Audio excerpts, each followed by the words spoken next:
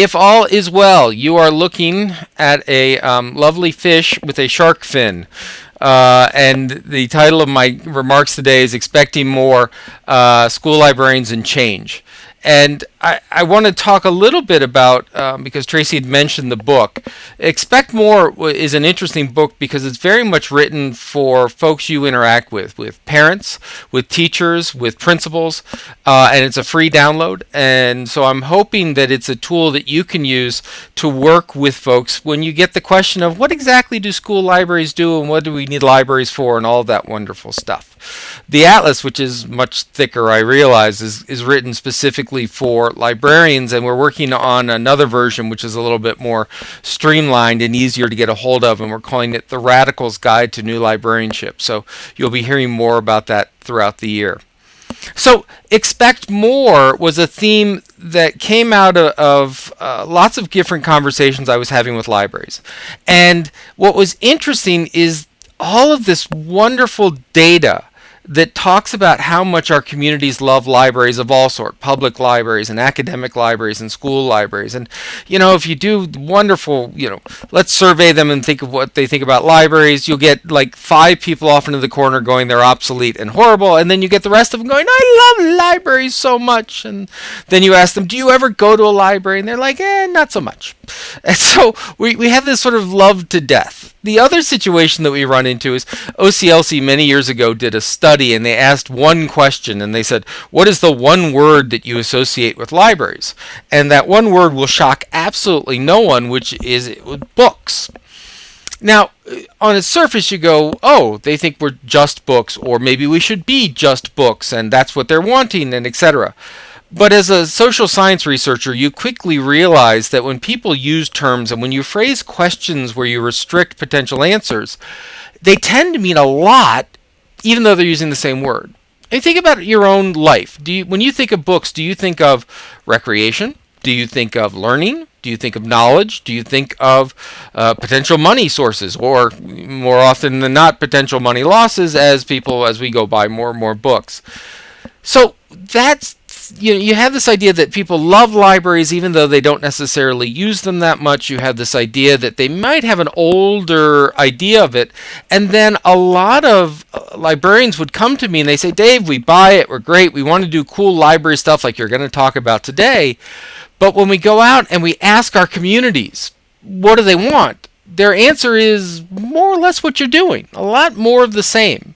This happens with teachers, this happens with principals, this happens with students. And just to clarify as we move ahead, I'm going to use the word communities a lot.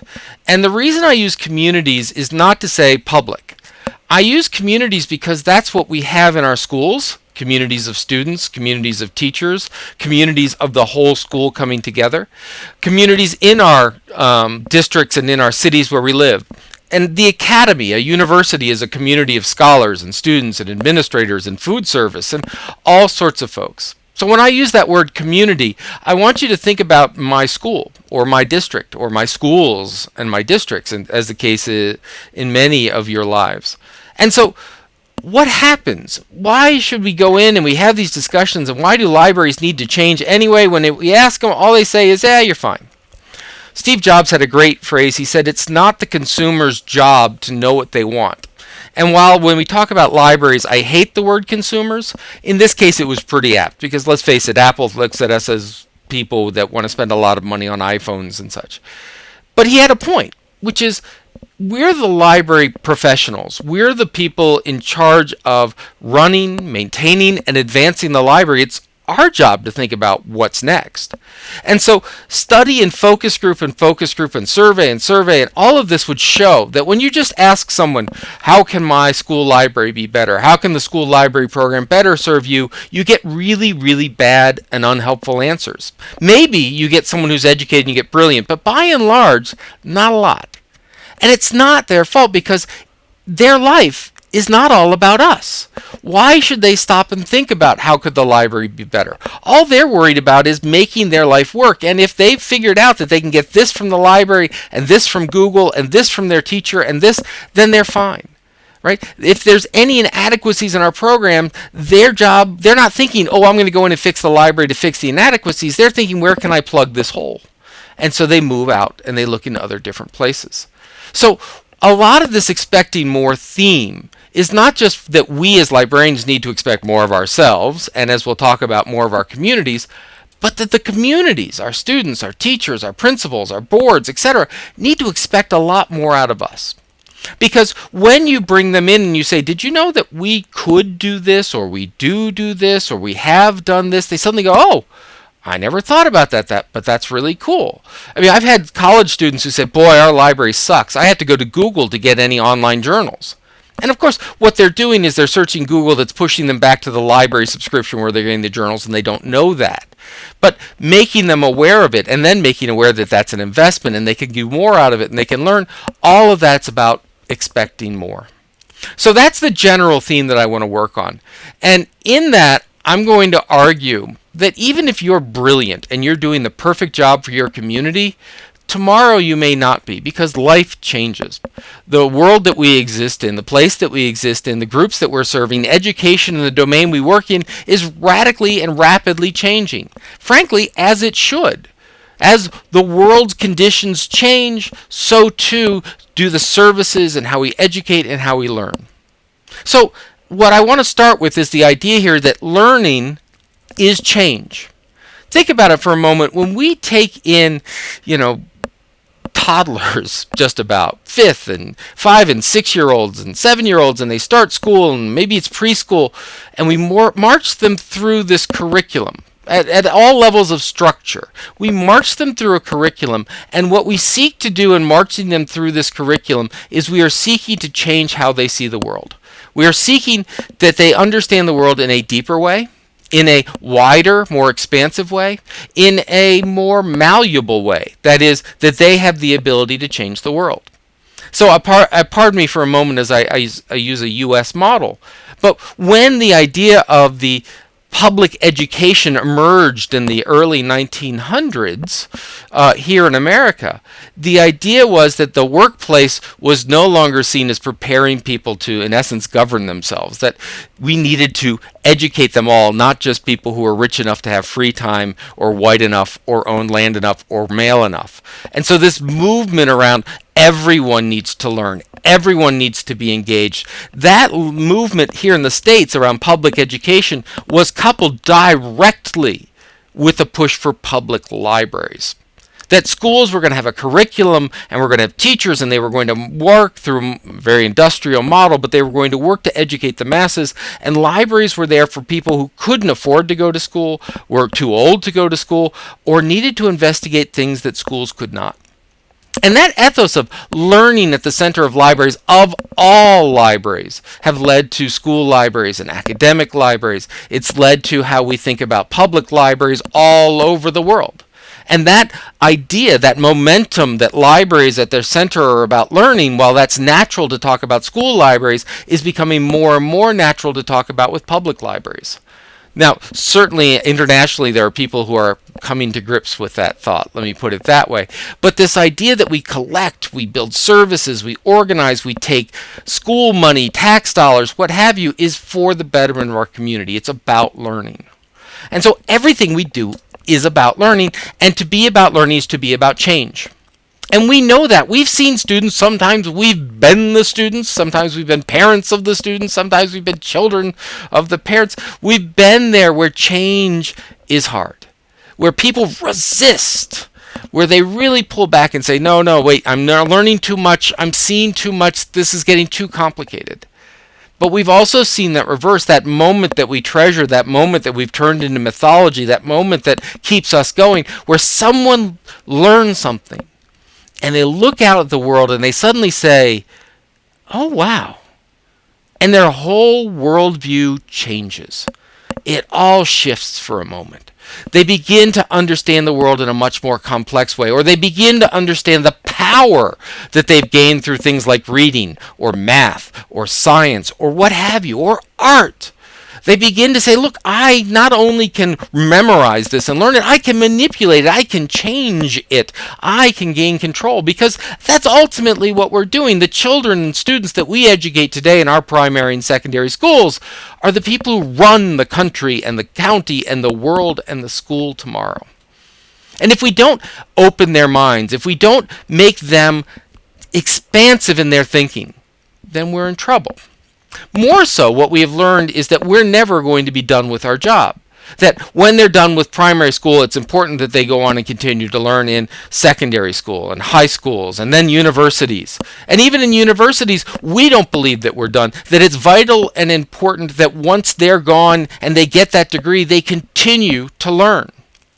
That what we've seen through critical thinking in the States with a big push around things like Common Core and such is that it is not enough to pump them full of facts and data. We must challenge their understanding and grasp. We must build their interpretive skills. We must turn them into critical thinkers, and we must turn them into lifelong learners. And what I'm here to tell you throughout this whole thing, if I don't get back to it, let me make it really clear. The school library is potentially, and I would say should be, the most fundamental, powerful, important tool to lifelong learning.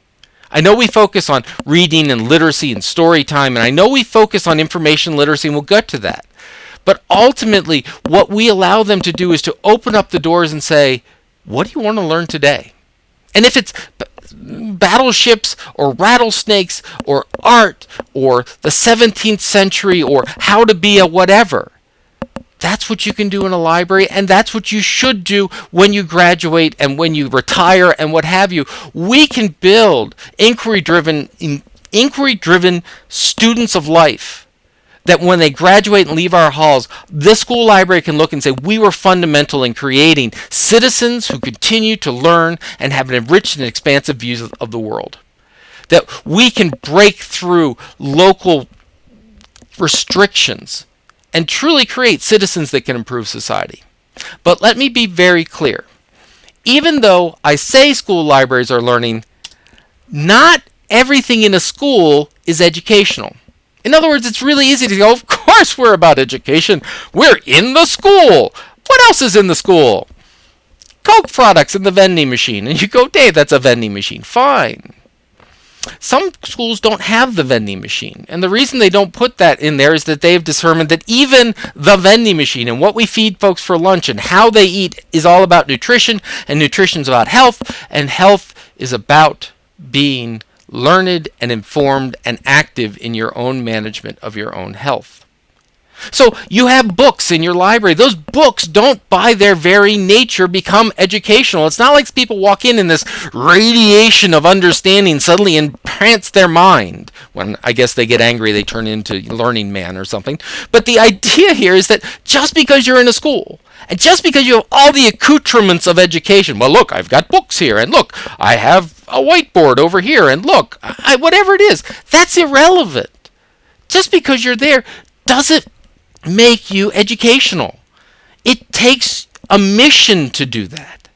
And the mission that I argue you have as a library professional, and we're going to talk about that phrase too, the mission of librarians is to improve society through facilitating knowledge creation in their communities.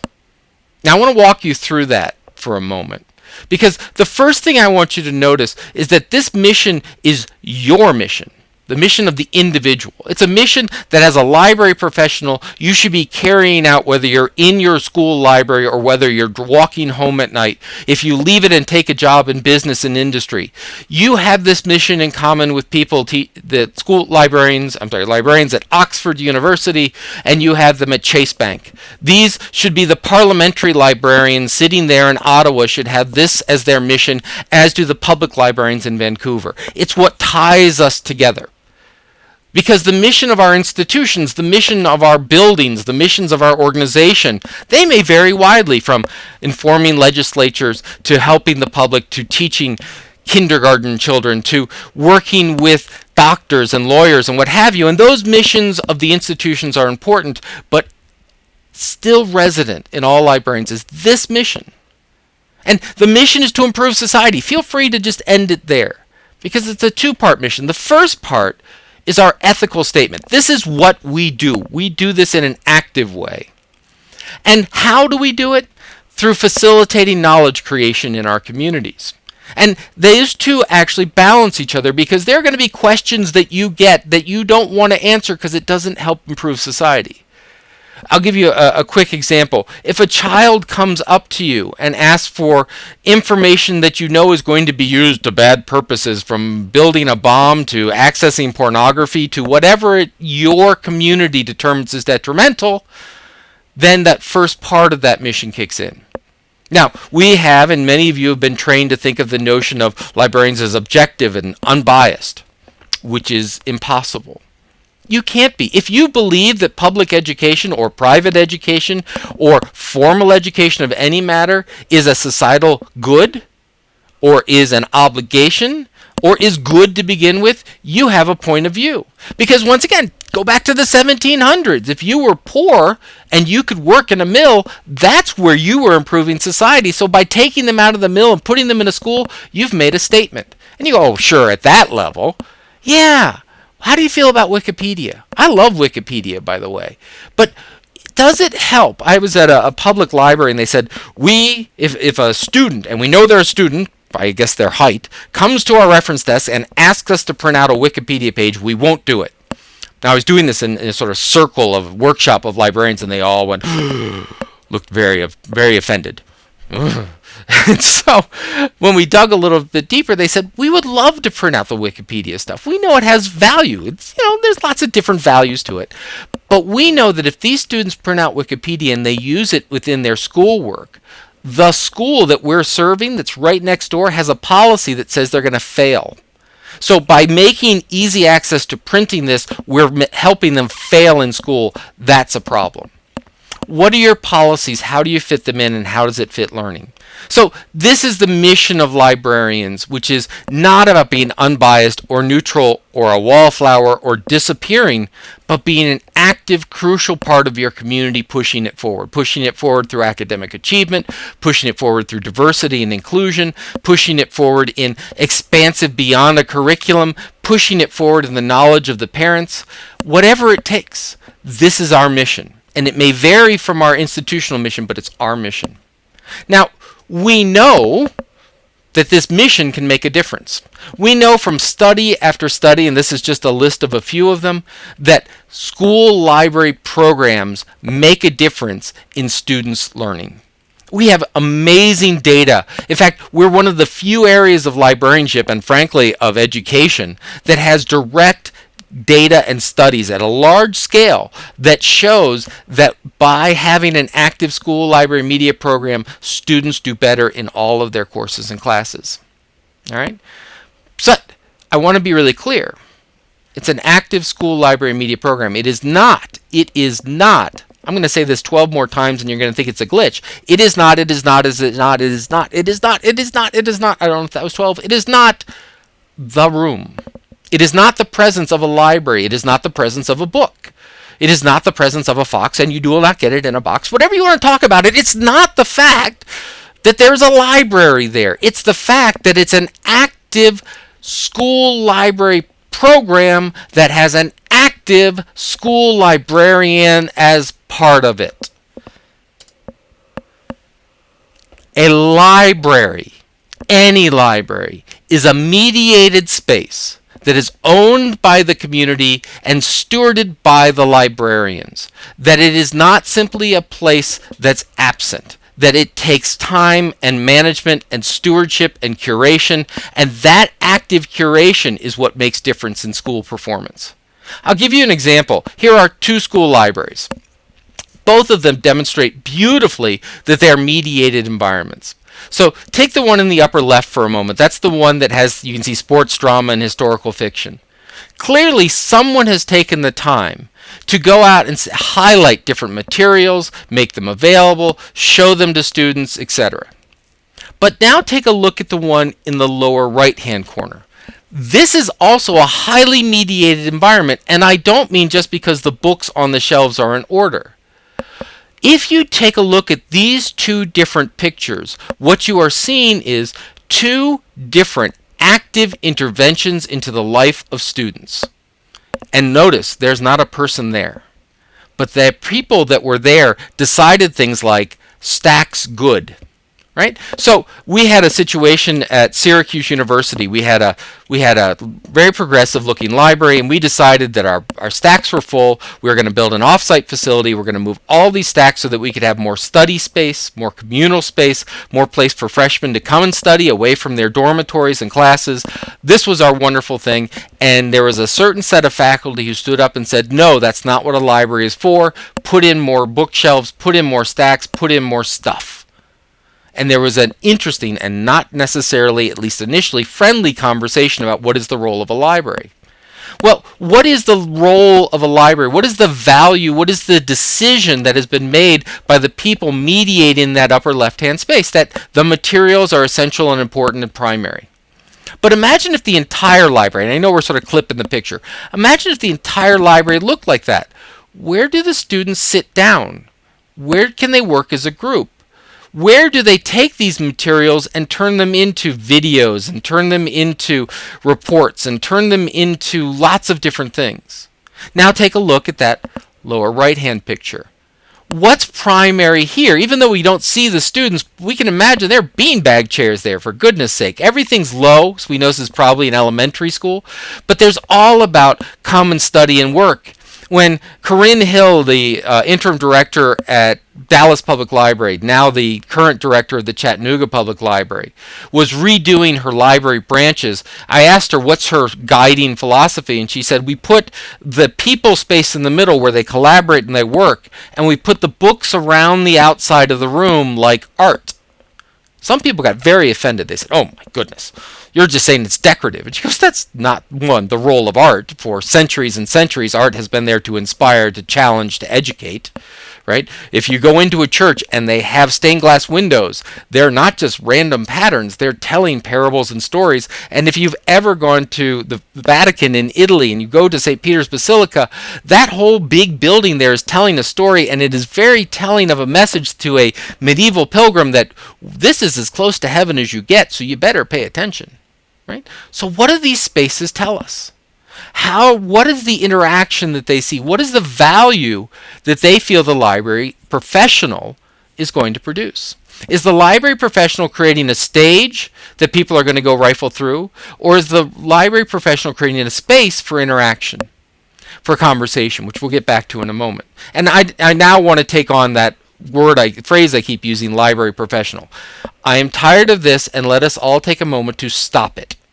This is the idea that, oh, you're only a library aide. Oh, you're only a library clerk. Oh, you didn't get your master's in.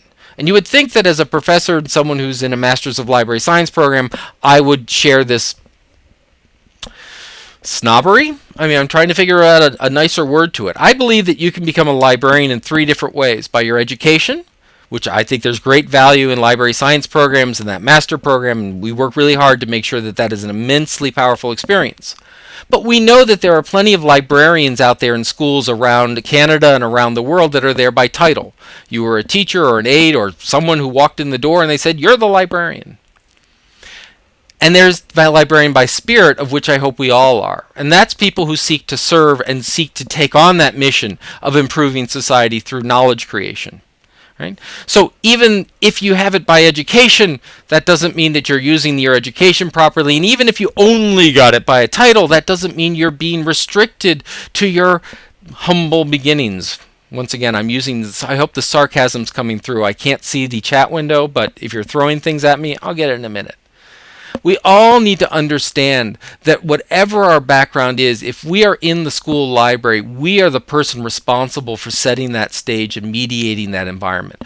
We are the ones who are going to facilitate knowledge creation. We are the ones who are not there to take the kids when they're done in the real classes. We are not there to put people in a study hall. We are not there for the test taking. We're not there in case the principal needs a pretty place or an architect needs to show off. We are there as librarians to improve our students' lives, to teach, and to be fundamental in the improvement and learning of our students.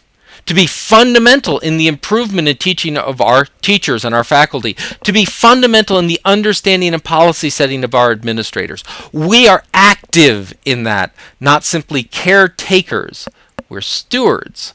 We take care, but not simply by being passive. Now, I used to give this speech, I still do give this speech to incoming library students, and we set up this anonymous online discussion board where they could ask questions if they didn't feel comfortable doing it sort of out in the open. And I gave this grand speech about being innovators and being there to change the world, and we'll get there. And the student said, anonymously online, "I am a great worker bee. If you give me a task, I will do it brilliantly. If you tell me what you need to know, I will do it beyond your expectation. But don't expect me to be an innovator. Don't expect me. I didn't get into this field and I don't have the personality that I can reinvent the world. I am simply a worker bee." I'm here to tell you that there's two problems with that statement. One, we don't have room in this profession for worker bees.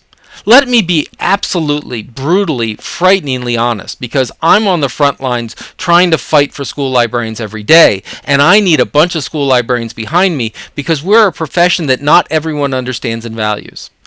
And I'll tell you, if you stand up and you say, "We're the worker bees of America," you will not get in the next school budget. You will not get the next advance in what you're doing. You will not get the 3D printer to help you build your makerspaces. You will not build the hydroponics laboratory because it integrates science into the classroom and into the library. If you say, "I am the worker bee," people will say, "Gee, our budgets are getting really tight and we can only afford to keep teachers," regardless of whether school librarians are in fact teachers.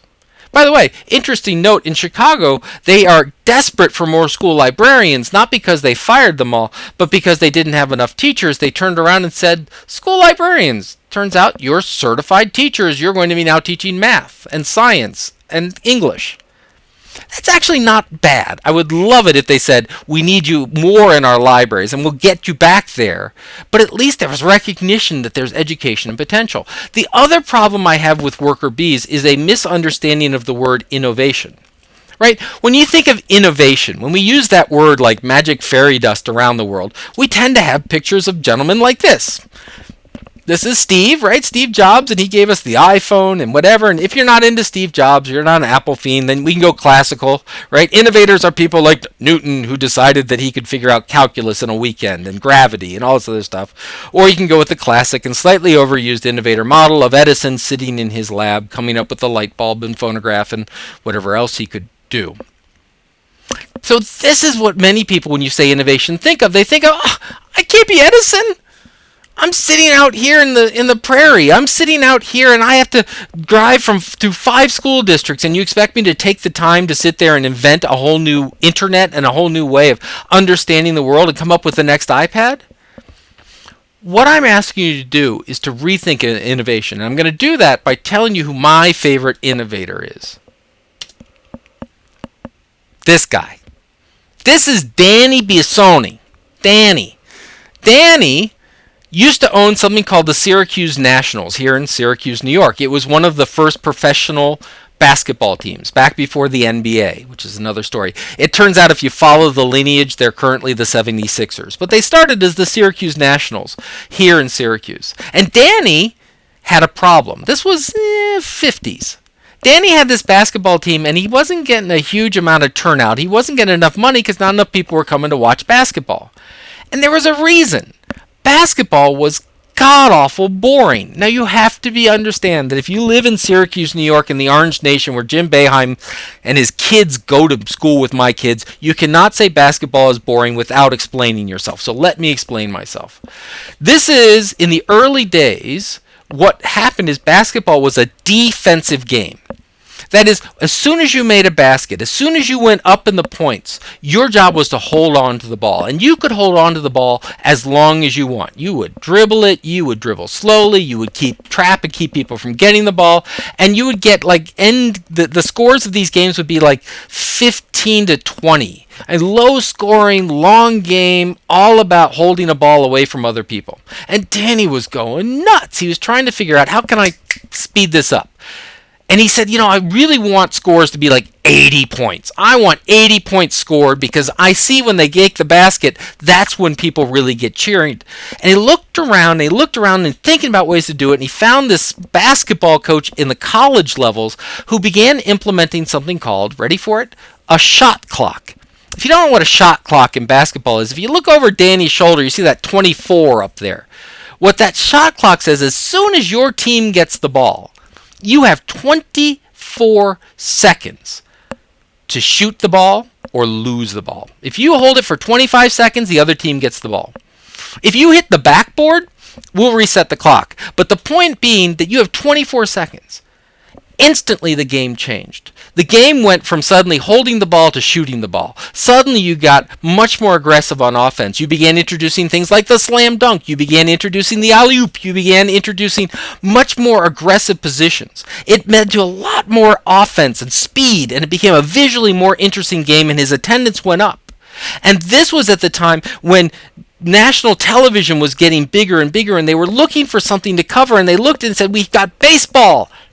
We've got baseball, and we've got football, and football's pretty cool because people like hurt themselves, but we need another sport to put on. What could be exciting? What could we watch? Look at this basketball. It's brand new. It's revitalized. It's fast. It's shooting. It's got tall guys. It's got characters. It's got slam dunks. It's got athletic achievement. Let's do that. And so it built itself into a television empire that these days are in the billions of dollars. Now, is that a nice linear line? Did Danny lead to billions? No, but he made a significant contribution. And he didn't do it by sitting there and going, how can I turn basketball into a billion-dollar sports empire? He did something really simple. He said, I want him to score more balls. I want him to score more points. And so when you sit and I say librarians need to be innovators, what I'm not saying is you need to reinvent the universe. What I'm saying is start simply. Start by, instead of putting Dewey numbers everywhere and then a poster hidden somewhere, by the way, the Dewey number equals this, change them to English. Allow students to come in and they sort the books. We'll talk about that in a second. But I want you to think of, when I use the word innovative, I mean you. And I don't mean Steve Jobs. I mean you today. And if you can innovate by saving someone 3 seconds, if you can innovate by helping the teacher out 2%, start there. All right? But you're not a worker bee. We don't have room for worker bees. What we need is a learning-based library program, not a stuff collection-based library program. And to do that, we have to understand that learning is about conversation, that conversations are about participation, and participation is about co-ownership. So let me break those down for you a minute. What do I mean by learning is about conversations? Because aren't we not supposed to talk in the class? Well, stick with me. So in the 1960s, 70s, there was a fellow by the name of Gordon Pask. Here's a picture. Isn't that the greatest picture ever? I mean, I long for the day when I can wear a bow tie and have that kind of scowl going. Unfortunately, the hair is not going to happen. But anyway, Gordon Pask's job, he was trying to figure out how to get computers to think. And he said, until I can figure out the computer thing, I guess I'll look at how people think. And what he did is he went in and he looked at how people learn and learning theory. And he came up with this idea called conversation theory. That is, when people seek to learn, they converse. Now, they may talk with their friends, they may talk with their teachers, they may talk with experts. Most of the time, they're talking to themselves. Now, that might have been a little wacky, but if in your head you just said, what is he talking about? Who were you talking to? So what Gordon Pask said is we have these conversations. When you're reading a book, very often you'll have two voices. You'll set yourself up with two voices in your head. Well, if that's true, then that's true. Well, that can't be true. And only after you sort of think it through, talking with yourself, do you end up with, okay, that's what I'm going to believe, that's what I'm going to hold. Now you can say, oh, Dave, this was the 60s and 70s. Please, they didn't even have PET scans. How can we believe that? But if you look at all the other pedagogy that you've probably been seen read in the field, or your teachers have, they will run across terms like metacognition, John Dewey, way back in the turn of the century, previous century, critical thinking, reflective reading. All of this is about a conversational mode of learning. That in order to learn, we must converse. Sometimes we need a quiet environment so we can talk to ourselves. Oftentimes we need a noisy, raucous environment where we can talk to friends and teachers and colleagues and people who aren't like us so we can generate and build new ideas. So learning is about conversation. And if we're going to be in the learning business, if our libraries, our school library programs that we mediate, that we make happen are about learning, therefore they're about conversation, what is our role? Does that mean that we should just have empty rooms with lots of sound absorbing and bring people in and say, what do you want to talk about today? It's not that easy. Our role in those conversations, and frankly the role of teachers, is that of facilitator. We've moved from the idea of instead of the sage on the stage, the guide on the side, and all these wonderful things. What we're supposed to do by good pedagogy is understand that we don't teach. You can't teach someone anything. People learn. What that means is you can send them the right direction and give them all the information you want, but if they choose to ignore it, if they choose not to listen, then you can't force them to. You can trick them, you can create lots of environments that they'll want to, but ultimately it's their choice. So our role in this learning is as facilitator. We've already talked about one means of facilitation, which is how we set up our physical structures. If you look at your library program, is it set up to allow quiet conversations? Good. Does it also allow loud conversations? Does it allow people to work together? Does it allow conversations across disciplines, across age groups to the teacher, bringing people in from the community? Do you host authors? Do you host experts? Do you bring scientists in? How interesting of a place is your library to talk to people, not simply to browse and read? So as a facilitator, how do we facilitate? Well, the first is we provide access. You go, oh, yep, got it, no problem. Shelves, books, done. Except we're talking about access to conversations, not just stuff, right? So the idea is, once again, do we bring in experts? I had a public library. They were doing a Geek Girls program where what they wanted to do was encourage girls to get more into STEM education. They brought down a fighter pilot from the Air Force National Reserve who was a mother and a fighter pilot, and she brought helmets and they could do the mic back and forth, and she talked about what it was to be a woman, what it was to be a fighter pilot, et cetera, et cetera, et cetera. That conversation was probably, for some of those students, more powerful than reading, I could be a fighter pilot. Fighter pilot, reading from a book that has a lot of white males being a fighter pilot. And stop trying to catalog the internet.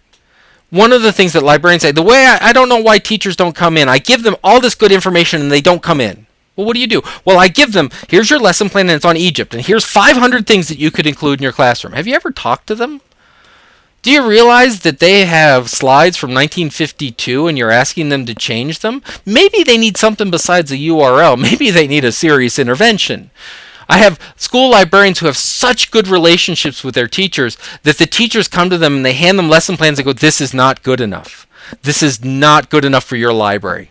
Seriously, I know that sounds weird, but that's what happens because the librarian has worked hand in hand with them, can not only understand how to include interactivity and conversation, but understands assessment and can demonstrate improved assessment on given factors afterwards.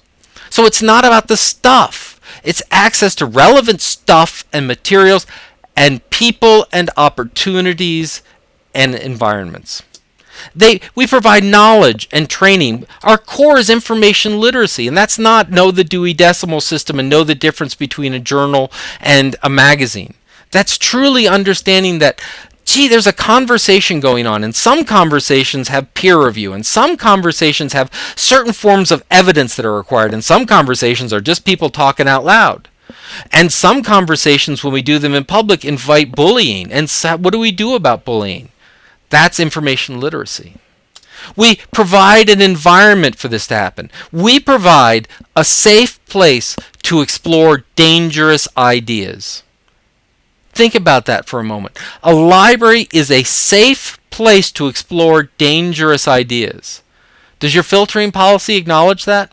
Do your selections acknowledge that? Have you worked with your administration to figure out why is it that we filter out all this stuff about negative examples of the internet when they're in their most supported, curriculum-driven, expert-supported environment, and then we send them home where on their phone they can access it all without us and not even know what they're getting? Have we had the Facebook conversation? Have we had the Twitter conversation? Have we had the your life does not end at 18 and you get to start over conversation with them? It's a place to engage not to escape. Now, I put this out, and a lot of people don't like this comment because they say, if I'm a bullied teen or I'm a bullied child, I went to the school library to escape. When I was the outsider, the school library was a haven for me, and I don't want to disregard that power.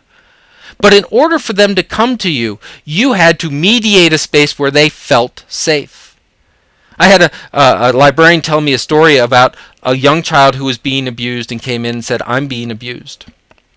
And they didn't want to talk about it. They didn't feel they could take action. But what that librarian did, besides finding social services and knowing about it, is they started saying, do you like music? Can I teach you how to play music? Hey, what about this? And they began giving them something to do that showed them that they could do something that built up their self-esteem as the social services kicked in and worked. When you have a student who comes in and feels that they're failing in class because they don't fit in, you should help them find something that they love to fit in while you have a conversation with the teacher about the failing part. It's a safe place to engage dangerous ideas, and it's about engagement, not escape. And motivation. It's a place where we can build on intrinsic motivation, where people can learn what they love and follow that. They can understand and not feel like if it doesn't fit on a test, I don't get to know it. They can come here and know it and try it and see what happens. All these kinds of things.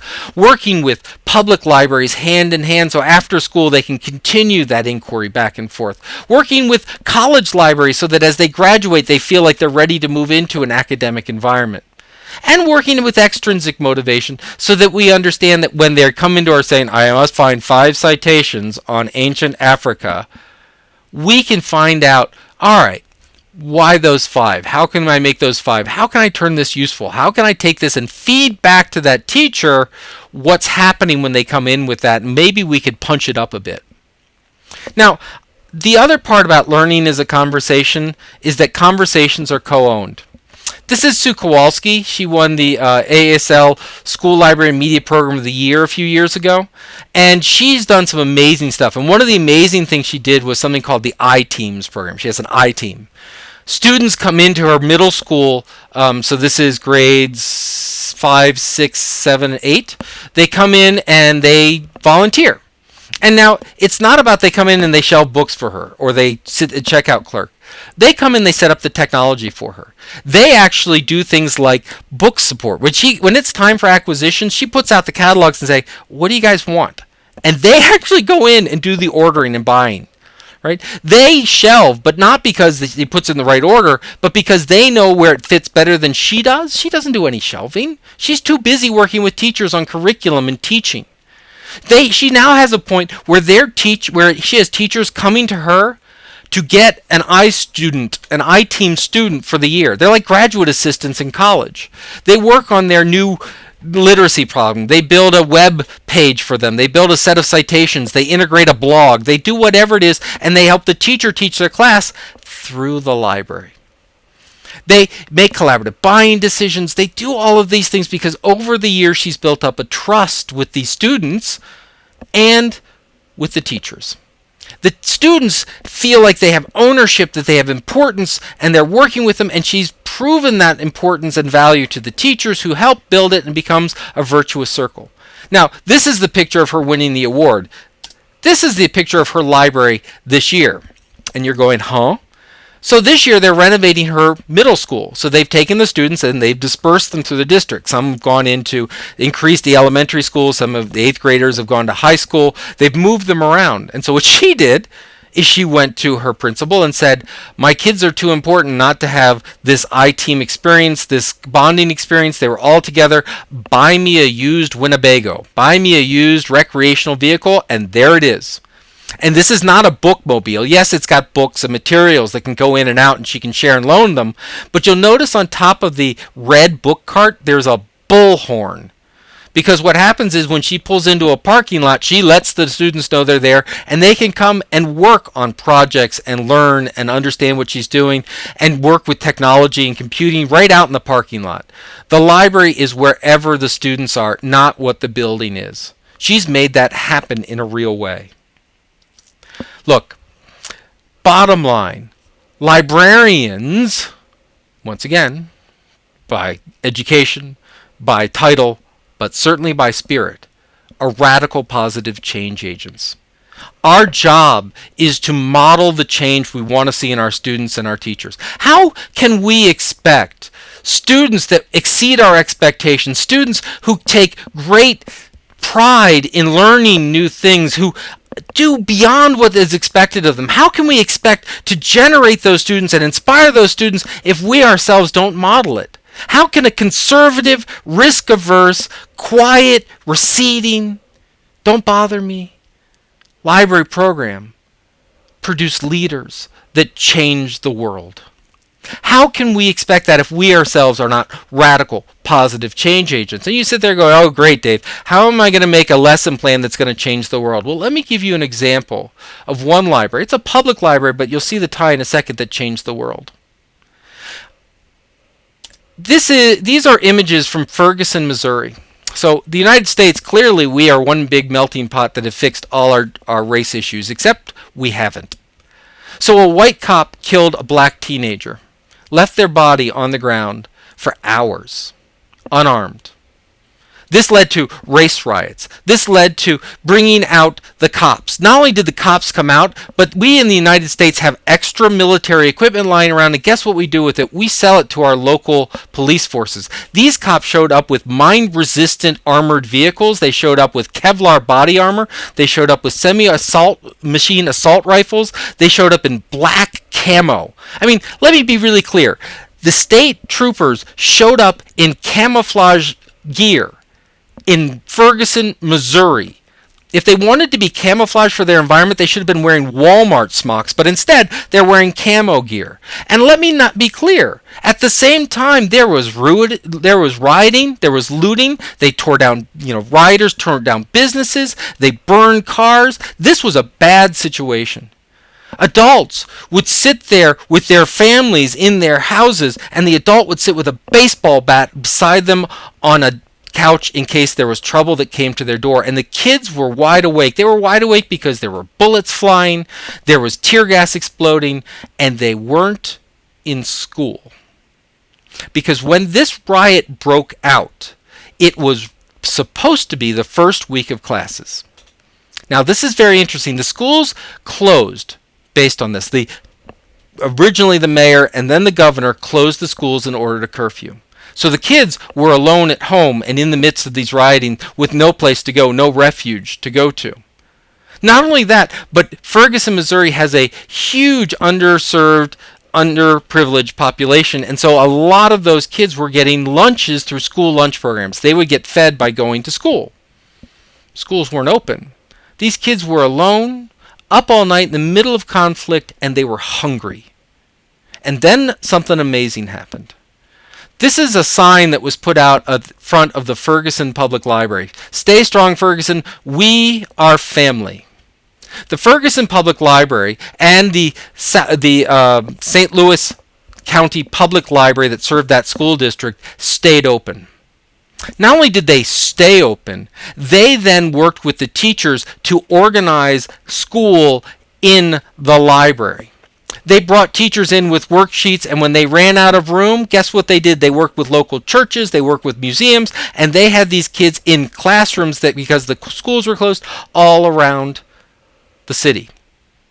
Not only that, but they had year-long relationships with food pantries and food service programs, and so these food pantries came in and they fed the kids. And by the way, this didn't happen just because they made a phone call. This happened because that's where the food pantries did it during the rest of the year anyway. They just agreed to keep going. Now, you can't tell me that the librarian in this library, in these libraries, couldn't have called up and said, we'd like to close. We've closed the schools, we've called out the National Guard, but the library has to stay open. You really think that's the response they would have gotten? But librarians change the world. They make the world a better place. They took hold of this dialogue of black versus white, of militarized police force, of Ferguson being an inferno, of Ferguson being a place of destruction, and they said, we are a family. And we're going to educate ourselves, and we are going to improve our community through education. To the point that they changed the dialogue. Not only they were just at ALA Midwinter presenting, but they were on our national news. They were presented all across the country saying, look, there's something that is very constructive happening in Ferguson. Librarians chose to change the narrative. They chose to face great adversity, great odds against them, and they chose to make a difference, and they chose to make a difference through education and learning. The fundamental, most important and essential value that sits at the middle of all our libraries is learning. And it doesn't happen by having a room, and it doesn't happen by having a books. Librarians are radical, positive change agents. Your buildings aren't, your books aren't, your shelves aren't, your databases aren't. You are. How you arrange them, how you provide them, how you push them, how you educate them, how you teach them, how you make them available, how you work hand in hand with teacher and student to find the reality and find what's important. That is what makes you a radical positive change agent, and that is how we change the world. If you don't want to produce worker bees, then don't be a worker bee. If you want to produce the exceptional, be exceptional.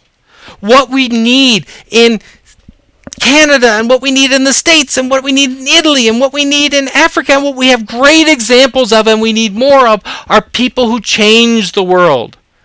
Change doesn't stop with our students. We are not consumers. We are not the people who pick which books and put them on the shelves. We're not clerks. I don't even care if that's your title.